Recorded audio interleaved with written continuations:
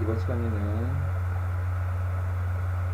지난번에 말씀드린 대로 주문 구매를 통한 동행 처리 두 번째 시간으로 해서 화면 개발을 할 건데요.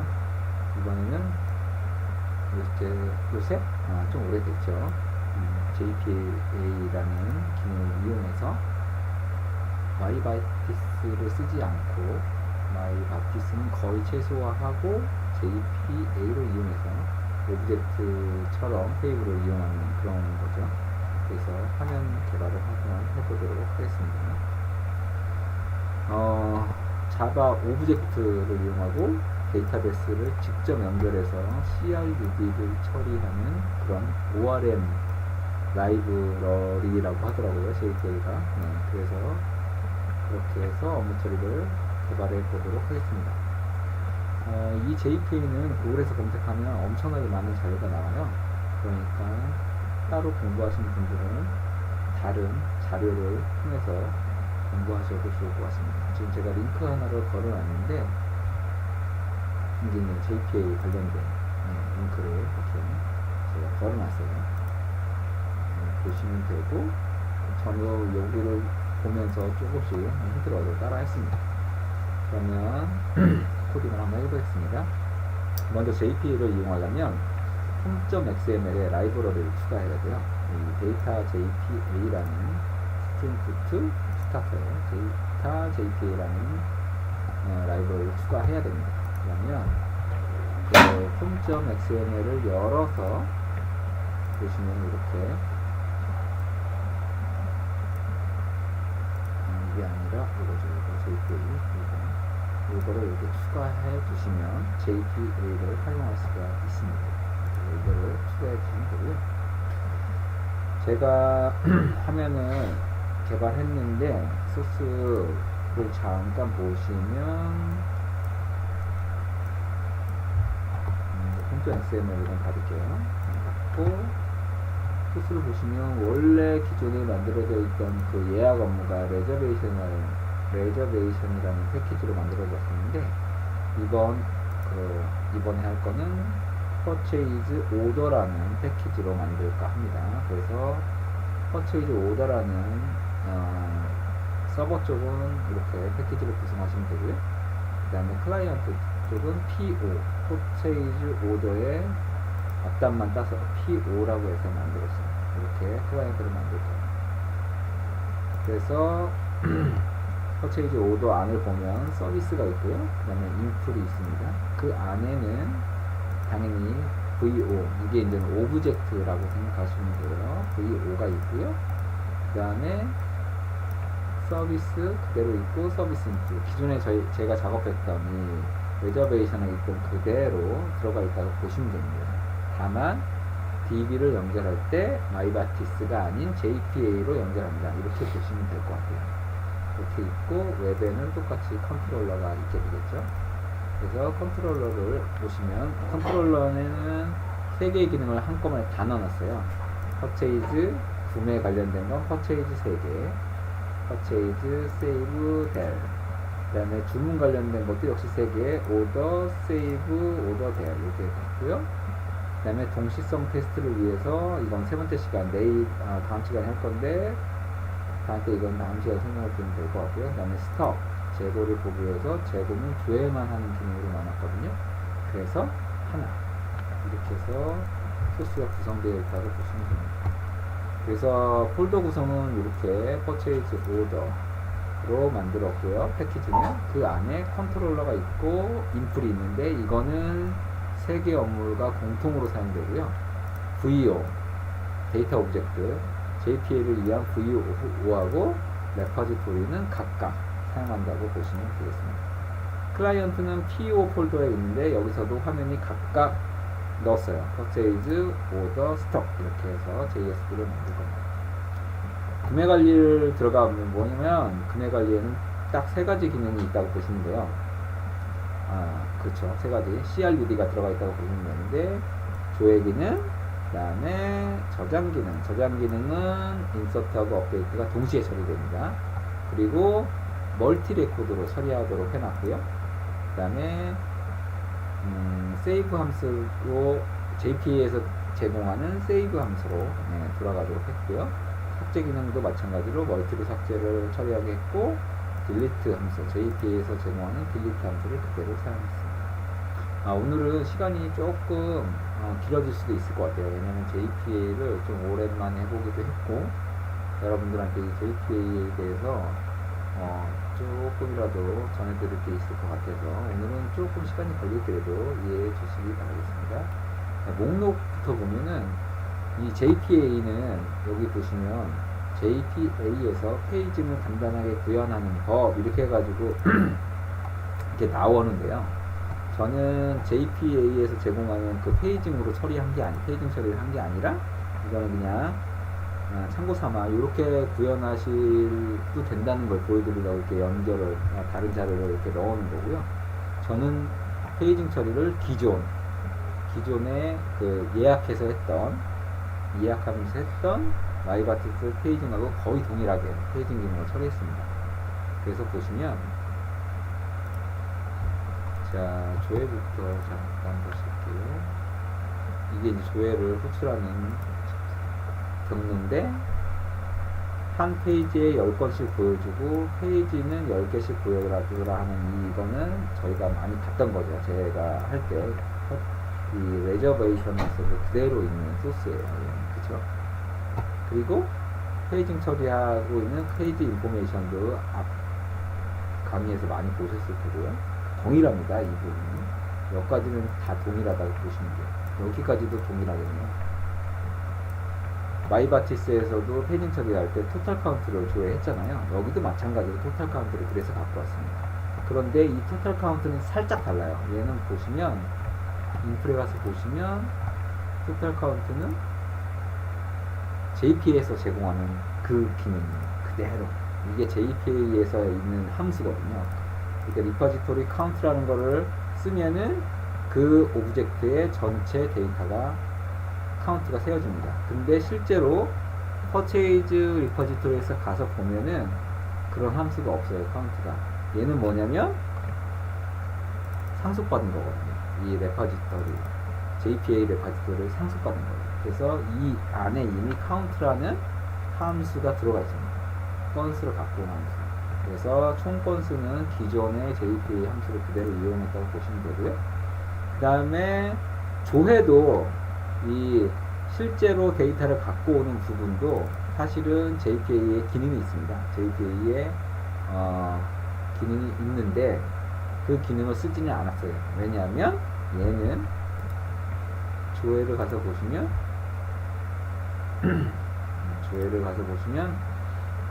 get purchase list라고 함수를 별도로 만들었는데, 이렇게 만든 이유는 뭐냐면 레퍼지토리에 가서 보시면 제가 쿼리를 사용하려고 그랬던 거예요. 쿼리에는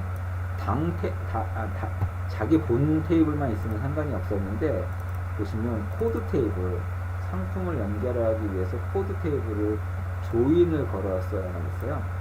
그리고 더군다나 페이징 처리를 넣으려고 제가 별도로 이렇게 작업을 했습니다. 보시면 코드 테이블하고 조인이 걸려 있고요. 그 다음에 상품명이 조인 조건으로, 웨어 조건으로 들어가 있고, 그 다음에 페이징 처리가 이렇게 들어가 있습니다. 이 페이징 처리는 앞에 예약 관리 화면에서도 많이 보셨을 거예요. 똑같아요. 그래서 실제로 퍼체이즈 리스트를 호출할 때는 파라미터, 상품명 파라미터가 있을 때는 이게 들어올 거고요. 그 다음에 레코드 퍼 페이지하고 인덱스, 페이지의 인덱스가 이렇게 들어와서 페이징 처리를 할 수 있도록 구현하려고 얘를 JPA 기본 기능이 이 카운트처럼 기본 기능이 있는데, 그쵸?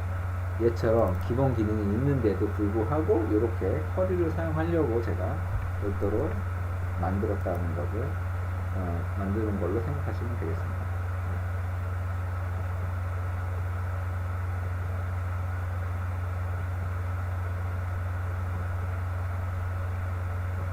그리고 보시면은 set item boos라고 이렇게 제가 별도로 구현을 해놓은 게 있거든요.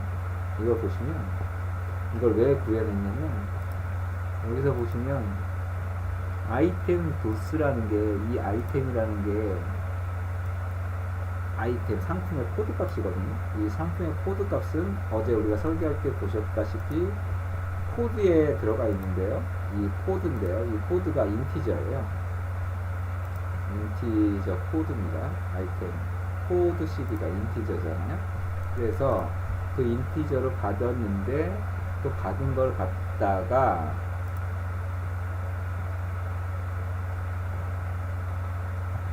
아이템 부스라는 거에 스트링 변수로 담기 위해서 별도로 그냥 이렇게 처리를 한 거예요. 얘가 인티저인데 인티저를 스트링으로 바꾸기 위해서 이렇게 처리해서 다시 한번 리스트를 세팅했다고 보시면 되겠습니다. 잠깐만요. 이거를 설명하기 전에 더 먼저 설명할 게 있었는데 제가 놓쳤네요. 먼저 가장 중요한 거, JPA에서 가장 중요한 거는 오브젝트입니다. 이 보호죠, 사실은 VO인데 오브젝트로 선언을 해야 되는 거예요. 보시면 엔터티라고 이렇게 엔터티가 테이블을 말하는 거거든요. DB에서는 엔터티로 어노테이션을 선언해서 해당 DB의 테이블명이 뭐냐? TB 퍼체이즈거든요. 보시면 TB 퍼체이즈, 그렇죠? TB 퍼체이즈. 이게 아니고 보시면 TV 퍼체이즈라고 되어 있죠. 이 오브젝트의 테이블의 이름을 네임에다가 넣고 이렇게 엔터티를 선언하면 얘가 JPA 오브젝트 VO로 만들어집니다. 그래서 보시면 ID는 TNO라는 아이디가 있죠. 이렇게 얘는 인크리먼트라고 했잖아요. 그냥 뭐 제너레이트 밸류라고 이렇게 썼는데 사실은 뭐 id라고만 써도 돼요. 왜냐면 DB 자체에서 제너레이션을 하게끔 설명을 해놨기 때문에 그거는 상관이 없을 것 같아요. 제가 볼 때는. 그래서 얘는 컬럼, TNO 컬럼, 그 다음에 컬럼이라고 되어 있죠. pdate 컬럼, 아이템 컬럼, 그 다음에 qtr 컬럼인데 보시면 랭스 및 타입도 이렇게 실제 테이블하고 동일하게 맞춰주시면 됩니다. 수량은 인티저, 아이템도 인티저. 그래서 이렇게 똑같이 만들어 놓은 거예요. 요만큼이 테이블 구조라고 생각하시면 됩니다.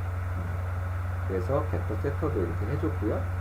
이 밑에 보면 어노테이션이 트랜지언트라고 이렇게 되어 있잖아요. 요거는 뭐냐면 실제 테이블은 아닌데 화면에서 꼭 필요해서 변수로 선언해서 써야 할 것들을 이렇게 트랜지언트라고 이렇게 선언을 하면 실제 JP하고는 상관없이 별도로 우리가 다른 부가적인 기능으로 쓸 때 필요할 때 변수를 잡을 때는 이렇게 트랜지언트라는 어노테이션으로 써놓으면 된다고 합니다. 그렇지 않고 여기를 트랜지언트라고 쓰지 않으면 얘네들이 실제로 뭐 세이브 같은 거 할 때 우리가 지금 세이브 쿼리 같은 게 전혀 없잖아요. 그러면 그 JPA의 세이브 기능을 이용하게 되는데 이런 식으로 트랜지언트로 선언 안 하고 만약에 컬럼으로 선언이 돼 있으면 이 컬럼이 실제로 이 아이템 부스라는 컬럼이 여기에 있어야 되는 거예요. 근데 지금 없잖아요. 실제 오브젝트에는, 테이블에는. 그럴 때는 이렇게 트랜지언트로 선언을 하면 된다고 합니다. 이거는 실제 컬럼이 아니지만 그 컬럼을 이 변수를 업무에서 사용하도록 이 보호에다 선언할 때, 별도로 선언할 때 이렇게 트랜지언트를 쓴다고 해요. 이렇게 쓰시면 될 것 같고요. 이렇게 해서 VO를 작성을 해 놓으면 얘가 테이블 역할을 합니다. 실제 테이블 역할을 해요. 그래서 앞에서 보시면 얘는 별도로 쿼리를 구현을 했지만 실질적으로 데이터는 여기서 잠깐 보시면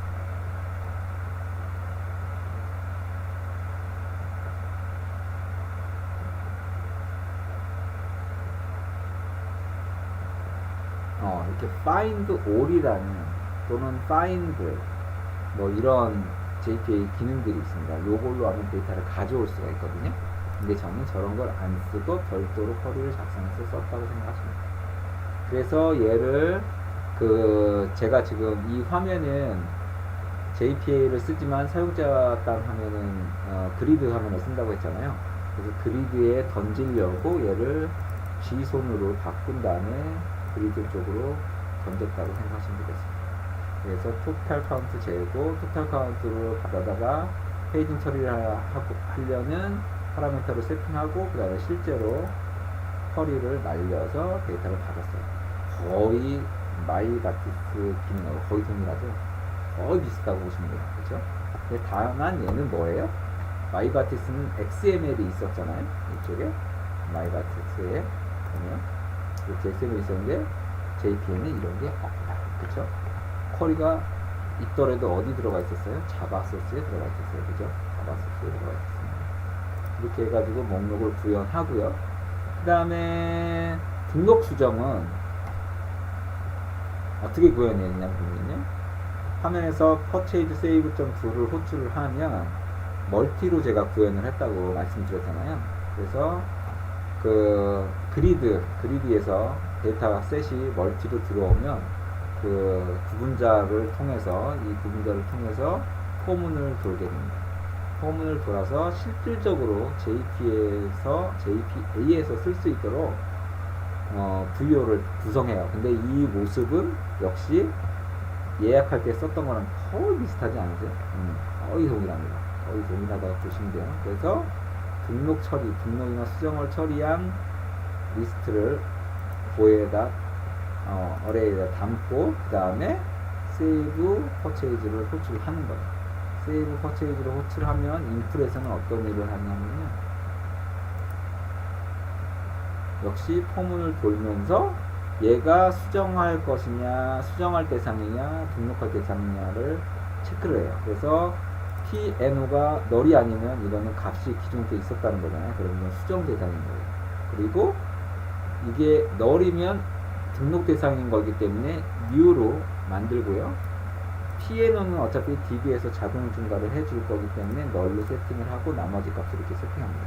이게 수정이냐, 등록이라를 동시에, 그러니까 말하자면 업서트죠. 업데이트냐, 인서트를 동시에 해서 맨 마지막에 하는 게 아니라 건 바이 건으로 이렇게 세이브를 호출을 하면 얘가 데이터가 등록이 됩니다. 이 세이브는 JPA 기본 기능이에요. 쿼리에도 레파지토리에도 없죠. 상위단이 있습니다. 상위단에서 세이브를 하는 거예요. 그러면 얘가 들어오면 등록이 되는 거고 얘가 들어오면 수정이 됩니다. 그렇게 보시면 되고요. 그 다음에 삭제는 똑같습니다. 멀티로 삭제가 들어와서 삭제를 호출을 하게 되면 삭제 쪽에서는 그냥 딜리트를 호출하는 거예요. TNO가 널이 아닐 때만 딜리트를 해야 되겠죠. TNO가 널이 아닐 때, 기존 데이터일 때만 말하자면. 그래서 딜리트를 포문을 통해서 뺑뺑이 통해서 딜리트를 하는데 얘도 역시 JPA의 기본 기능입니다.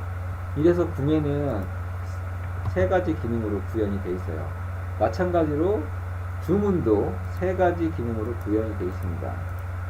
조회가 있고요. 조회는 역시 똑같이 페이지 처리를 했고 쿼리도 똑같이 만들었어요. 똑같은 구조라고 보시면 돼요. 테이블만 TV 퍼체이즈에서 오더로 바뀌었다고 보시면 되고요. 그래서 조회를 하고 역시 조회한 거를 화면단에 던지고요. 그 다음에 세이브도 동일한 방식으로 세이브가 되고 삭제도 동일한 방식으로 삭제가 됩니다. 그래서 구매하고 주문은 테이블만 다르고 완전히 로직은, 업무 로직은 완전히 동일하다고 생각하시면 돼요.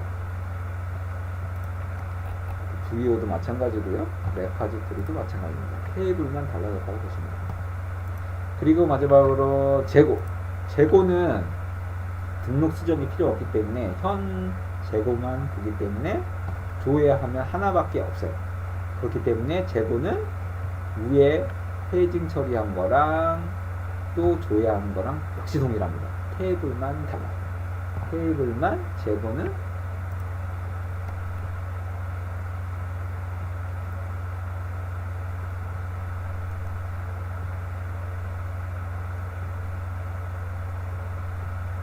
스탁 테이블을 보는 거죠. 그렇죠? 얘는 제가 테스트로 만들어 놓은 건지 한번 볼까요? 그러네요. 얘는 테스트로 만들어 본 거네요. 원래는 재고 확인을 자바에서 구현할 수 있을 거라고 생각했는데 그게 JPA는 그게 안 되더라고요. 그래서 트리거에 재고 유효성을 체크하는 걸 넣은 겁니다. 이거는 내일 다음 시간에 설명을 드릴게요. 이래서 재고까지 구현이 완료가 됐습니다. 그래서 여러분들한테 보시면 주문 또는 재고까지 다 구현을 했어요. 구현을 했다고 보시면 되겠습니다. 그러면 화면을 실행해서 테스트를 해볼까요? 자, 화면을 한번 돌려보겠습니다. 실행을 해볼게요.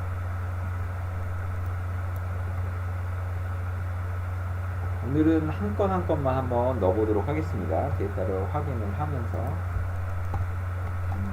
이거를 살짝 수정을 해볼까요?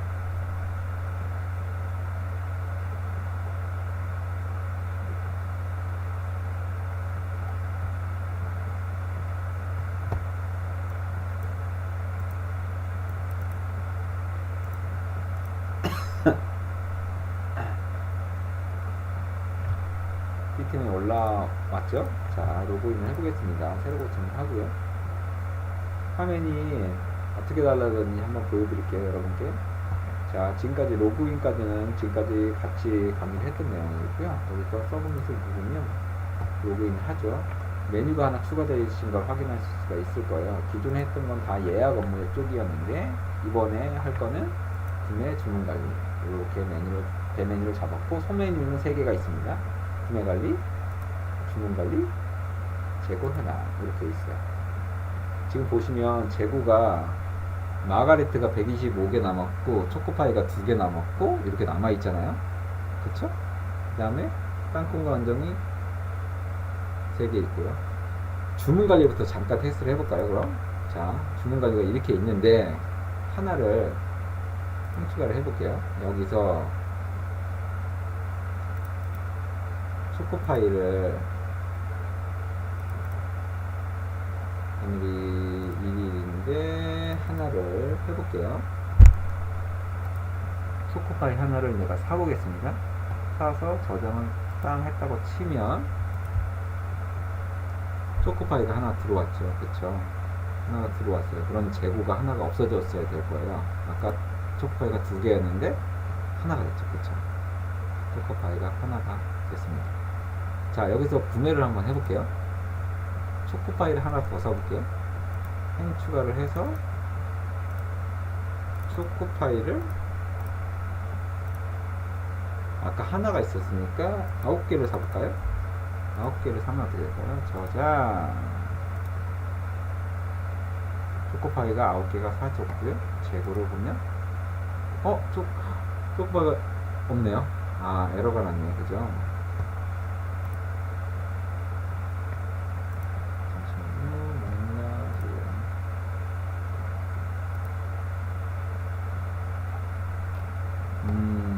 이건 에러가 어딘가에서 에러가 난 것 같아요. 방금 전에 그 데이터에서 재고가 너린 경우가 있었는데 걔는 트리거에 약간 문제가 있었던 것 같습니다. 그래서 트리거를 살짝 수정했어요. 원래 트리거에는 이 부분이 빠져 있었는데 이 상단의 요 조회 조건에서 데이터가 조회가 안 되면 이 값이 널일 수 있겠더라고요. 그래서 널일 때는 0이라고 이렇게 세팅을 해주는 기능을 넣습니다. 그래서 널이 이제는 안 쌓여요. 이 부분을 볼게요. 다시 한번 테스트를 해보겠습니다. 자, 보시면은 지금 현재 로그인을 해놓은 상태고요. 재고를 보시면 지금 칸초가 0이죠. 칸초가 현재 재고가 없어요. 이럴 때는 주문을 먼저 칸초를 주문해볼까요? 여기서 칸초를 주문하게 되면 어떤 현상이 벌어질까요? 칸초를 하나만 주문해볼까요? 이렇게 놓고 저장을 하면 이렇게 재고 수량이 부족하다고 뜹니다. 이거는 트리거에서 어떤 일을 했냐면 이렇게 한 거예요. 재고가 0보다 작으면 이 트리거를 타고 내려온 최종 정보에서 그 아이템에 대한 재고를 한 번 더 마지막에 한 번 더 조회를 했어요. 재고를 조회해서 연구를 다 걸 때는 강제로 업데이트를 한 번 더 치는 거죠. 업데이트를 한 번 더 쳐서 오류가 나더라고요. 오류가 나면 트리거가 롤백이 될 거잖아요. 그렇게 해서 처리를 했다고 보시면 돼요. 강제로 롤백을 시켰다고 보시면 되죠. 그래서 메시지가 딱 뜨면은 칸초가 주문된 게 없이 재고는 그대로 0이죠. 그쵸? 구매를 한번 해볼게요. 칸초를 복사를 해도 됩니다. 칸초 요걸 복사해 볼까요? 행복사하고 내 날짜는 바꾸는 게 좋겠네요. 오늘 날짜로 바꾸고 칸초를 5개만 살게요. 이렇게 사서 저장을 하면 5개의 칸초가 주문한 게 떴고요. 재고를 보면 칸초가 5개 들어갔죠. 그렇죠? 다시 칸초를 주문을 지금은 주문한 게 2가 있는데 얘를 한 번 더 주문해 볼까요? 하나를 주문을 하게 되면 이번에는 주문이 됐어요. 하나. 그리고 재고는 하나가 빠졌겠네요. 그렇죠? 이렇게 동작을 하게 되겠습니다. 그래서 최종적으로 이 화면 3개는 JPA를 통해서 개발을 했고요. 화면 모습은 그리드입니다. 그리드. 데이터 그리드요. 이 예약 업무에서 썼던 예약 업무에서 어디서 썼었죠? 저희가 이 토스트 그리드 여기서 썼었죠. 이 토스트 그리드를 실제 업무에 한번 적용을 해본 거예요. 제가. 근데 여기는 그리드에다가 DB는 JPA라고 생각하시면 됩니다. 그러니까 엄청나게 많은 기능들이 사실 들어가 있는 거예요. 테이블은 간단하게 제가 만들었지만. 그래서 테이블 이렇게 페이징 처리 되는 거 보이시나요? 이렇게 페이징 처리도 되고요. 주문 관리도 보면 페이지가 3개죠. 페이지가 이렇게 보는 거 보이시죠? 라스트, 퍼스트 이렇게 페이징 처리 했는데 이 페이징 처리는 JPA 기본 기능을 쓴 게 아니라 여기서 썼던 이 페이징하고 거의 동일한 기능이라고 보시면 되고요. 그렇죠? 그리고 이 그리드는 앞에서 테스트로 만들었던 그리드를 실제 업무에 적용했다고 보시면 되고 그리드 기능은 동일합니다. 그리드 기능은 앞에서 했던 예약 업무에서 했던 거랑 거의 동일해요. 그렇죠? 삭제를 한번 해보는 걸 한번 해볼까요? 자, 여기서 만약에 재고가 칸초가 지금 4개였잖아요. 그렇죠? 4개인데 만약에 칸초 3개를 삭제를 하면 어떻게 돼서 이렇게 이거 2개 삭제했다. 그러면 재고가 7개가 돼야 되는 게 정상일 거예요. 그렇죠? 그래서 삭제를 누르면 칸초가 없어지는지 볼까요? 칸초 2개가 사라졌죠. 그렇죠? 재고는 어떻게 됐을까요? 7개 생긴 거 보이시나요? 이게 다 어떻게 동작을 한 거냐면 실제로 기능에는 그런 기능이 재고를 조정하는 기능이 없었어요. 그렇죠 여러분? 재고는 조회만 있다고 했었잖아요. 실제는 어디서 돌아가는 거예요? 다 트리거에서 돌아간다고 생각하시면 돼요. 이 트리거에서 다 동작한다고 보시면 됩니다.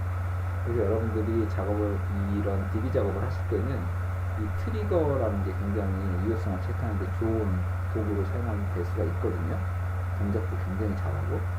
그래서 나중에 업무 처리를 하실 때 원래는 프로시저나 트리거는 사실은 최소화하는 게 좋은데 왜냐면 관리하기가 되게 어렵거든요. 그러니까 최소화하는 게 좋은데 아주 크리티컬한 업무는 트리거로 해놓으시면 좋다. 이렇게 말씀드리고 싶네요. 트리거 공부나 프로시저 공부를 많이 하시면 좋을 것 같아요. 물론 업무가 이렇게 간단한 업무는 실제 프로젝트에서는 없을 거예요. 이거보다 훨씬 복잡할 건데 그래도 아주 어려운 업무를 처리할 때는 시퀀스나 트리거를 이용해 보시면 좋을 것 같습니다. 이번 시간은 이걸로 마치는 걸로 하고요. 다음 시간에는 3명 이상에서 동시에 주문을 해가지고 동시 테스트가 되는지 한번 해볼게요. 구매 테스트하고 주문 테스트를 동시에 한번 해서 재고가 어떻게 바뀌는지 한번 테스트를 해보면서 이 동시 선택에 대한 전체적인 강의를 마치도록 하겠습니다. 감사합니다.